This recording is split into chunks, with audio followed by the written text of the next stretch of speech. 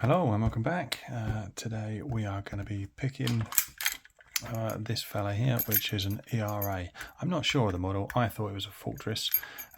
If you know what it is, there it is, then do let me know. It's a 5 lever, it comes with this key which works well, and there's the bit in. And the eagle-eyed among you would have spotted a big splodge of blue tack on the side of it. And that's because when I was first picking this lock, I decided to knock this plate off just here. So this is like a drill protection. But if you get an old chisel and hammer just there, as I did, this plate pops off. And then you get to see the levers, which it kind of turns it into a training lock. But I've been getting lots of practice with lever locks and shouldn't need that. So let's stick the blue tack on there. And yeah, it's as good as new. So what we're going to use to pick it, I've got my current selection of lever lock tools. I think we've got a 0.4mm there, and I had been using bent nail tensioners just like that. So the part that actually grabs a curtain is a little section of the head of the nail that you don't grind off. But recently I made a much nicer one. And I've just been silver soldering, so that means that I've got this nice big upstand to tension off. So let's use those two today, and yeah, we'll see if we can't get them picked. You know, I find with the bent nail tensioners, sometimes you push them in and they can go all the way through and out the back of the lock, which is not what we want. So let's turn him around, get the pick wire in there. I'm going to go super light tension on this. I find that this one, it either picks open really quick, or it has got the false notches in there.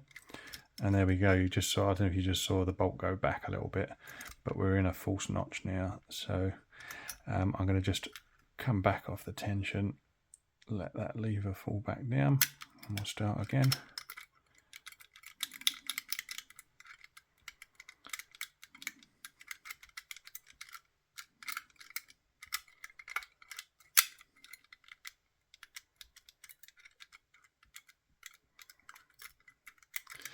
I am in the habit of putting too strong a tension. I just felt it go again there. We just got a little bit more movement. So I think we're back in that false notch. So I'm going to reset it again. Yeah, I'm in the habit of putting on far too much tension. So I'm going to constantly got to remind myself to ease right back on it. And there we go. We managed to get it picked that time. I don't know if it's because I had light tension on there. This is always the tricky bit, getting your tools out again afterwards. And I'll just set that in the open position again. And we'll have a look inside this one and see what we've got inside. As I say, I think it does have, I have looked inside it. I think all of the mortice locks that I've got, that I've had to practice on since starting picking lever locks, have all had the false gates or anti-pick notches. I think it's an interchangeable term. So let's see what we got inside. There we go. So you can just see the anti-pick just there, and that gets snagged on that little bit just there. Let's get all these out. So we've got, yeah, the anti-pick notch just there on number 1. And again on number 2.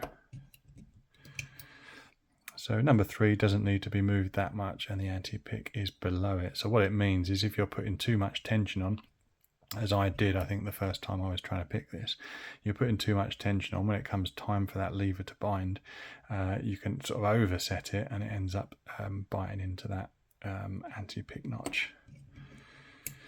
So I think because lever locks are so much, they're so much bulkier than a pin tumbler, I think it's natural to kind of put too much tension on, and that's certainly something that I end up doing.